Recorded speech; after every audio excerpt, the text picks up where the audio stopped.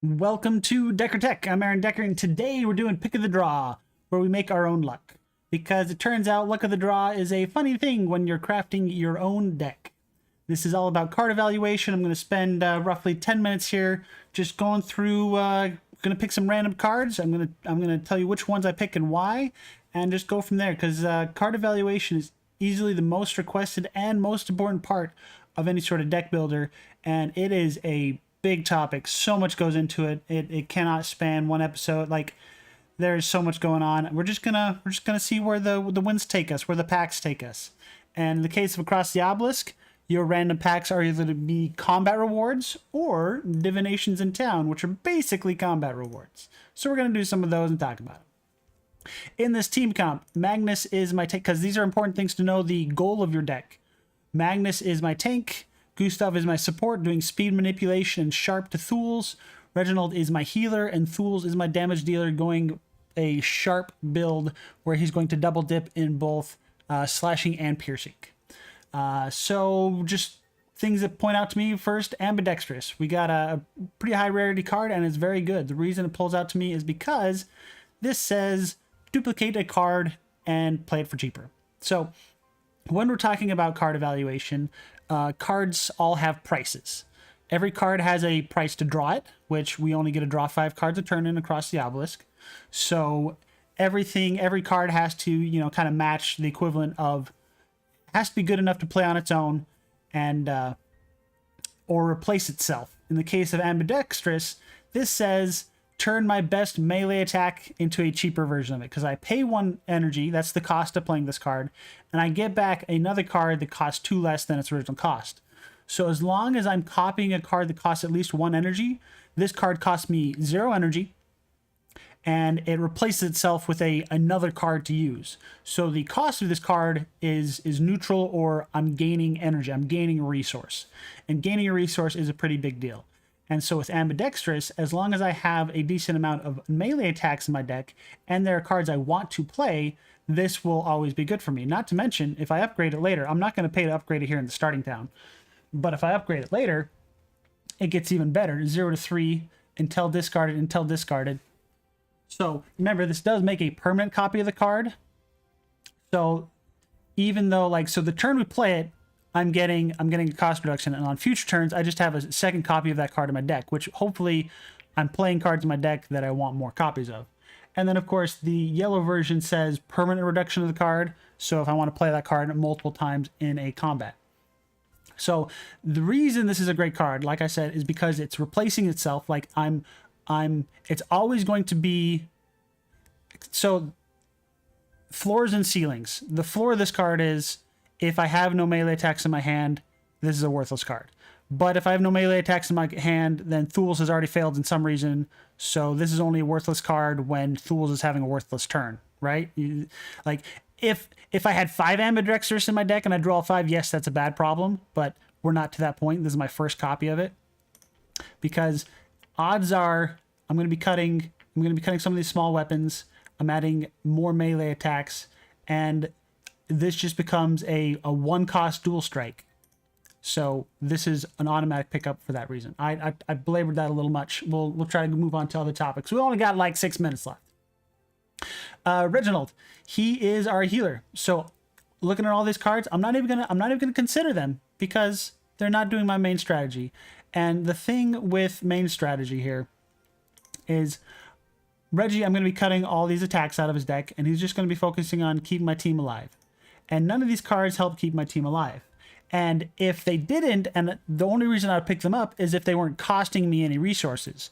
Like if they were replacing selves, if they cost 0, if it was like a small opportunity cost to have it in my deck. Because every time I add a card to my deck, I'm reducing the chances of drawing the other cards in my deck.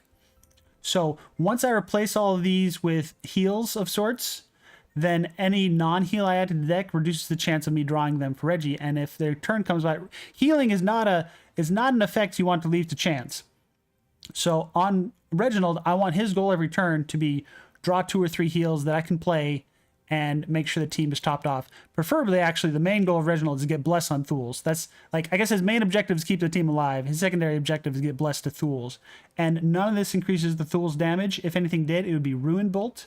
The only reason I'd consider this one is because it has 2 vulnerable and 2 mark.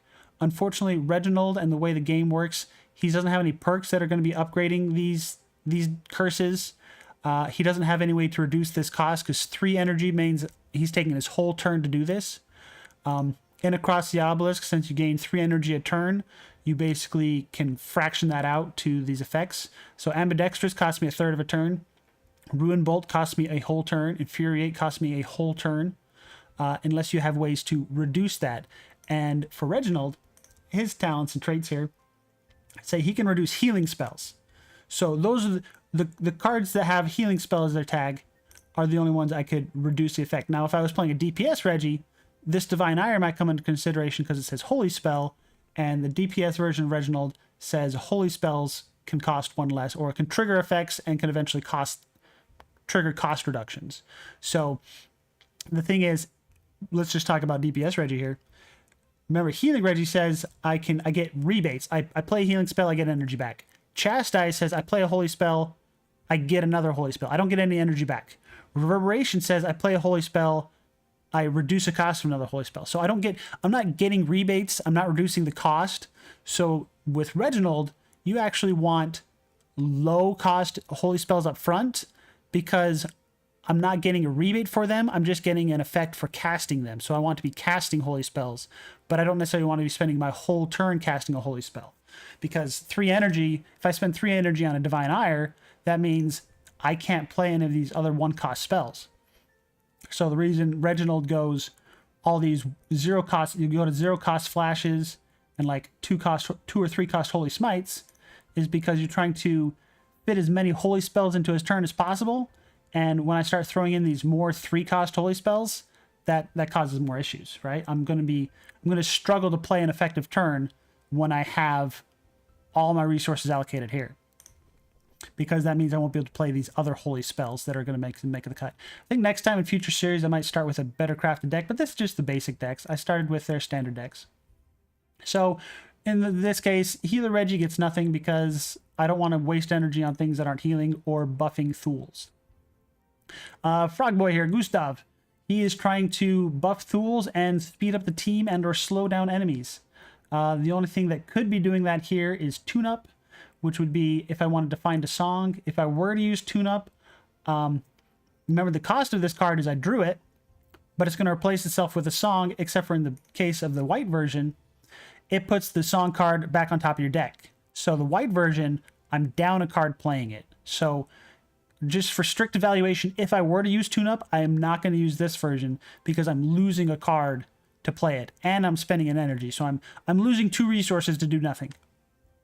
Whereas the 0-cost Tune-Up, the thing that's nice about here is I'm not spending any energy, and it's finding a song and putting it up on top of my deck. There we go again. So the problem with Tune-Up, or the way that you're going to have to evaluate Tune-Up, is you're either going to have to pay an energy to draw a card immediately, or you're going to have to pay a card to get a card next turn.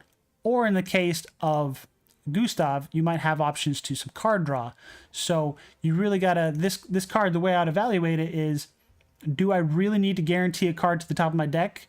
Is there a song that is absolutely important I draw? And in this case, actually, I could see a use case for this, where I could do a 0-cost Tune-Up and a Vigilance. So if we go here, so if we go to cards that say draw in the scout, and what happens here is you have cards like Deflect and Setup and where is it? Vigilance, that you can pay energy to draw a card, or in the case of Deflect, you pay nothing to draw a card. But the problem is I'm evaluating this card like I could 0 cost, put it on top of my deck and then draw a card, but then I spent 2 cards to do the effect. So I'm still down a card doing it, right? But I did find a song out of my deck and put it into my hand, basically.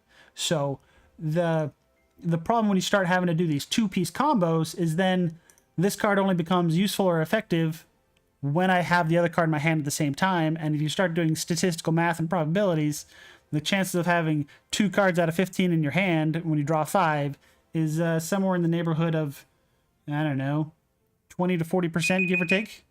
Whoa, that's my time up. I apologize. I'm going to leave that in here because I'm not going to re-record, but we're going to find a silent alarm next time.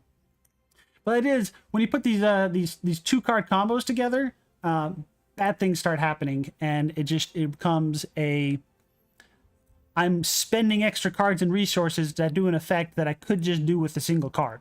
So we're not going to be picking Tune-Up, and these other ones don't buff Thools or help himself. And Magnus here, these are just a bunch of attacks. Magnus is not going to be doing any damage. He's going to be debuffing the enemy team, maybe buffing Thools, and protecting the team from damage. And none of these do that, so there's not even a reason to consider them, because adding them to our deck just stops our main game plan. And that's been 10 minutes of card evaluation. If you like what you see, please let me know. Since this is the first episode, the more critiques and criticisms I get, the better. There will not be an alarm next time. It was supposed to be just a visual alarm that was silent to remind myself not to go over time, but whoopsies. Growing pains. Yeah. What did you like? What did you not like? What did I talk too much about, not enough about? There is going to be so much to talk about in the realm of card evaluation. I figured this is the best way to do it. Just 10 minutes at a time. See what we draw, see what sticks. As I do more of these episodes, will kind of evolve over time, and the more input you give now, the better that evolution will be. And I will catch you later. Peace.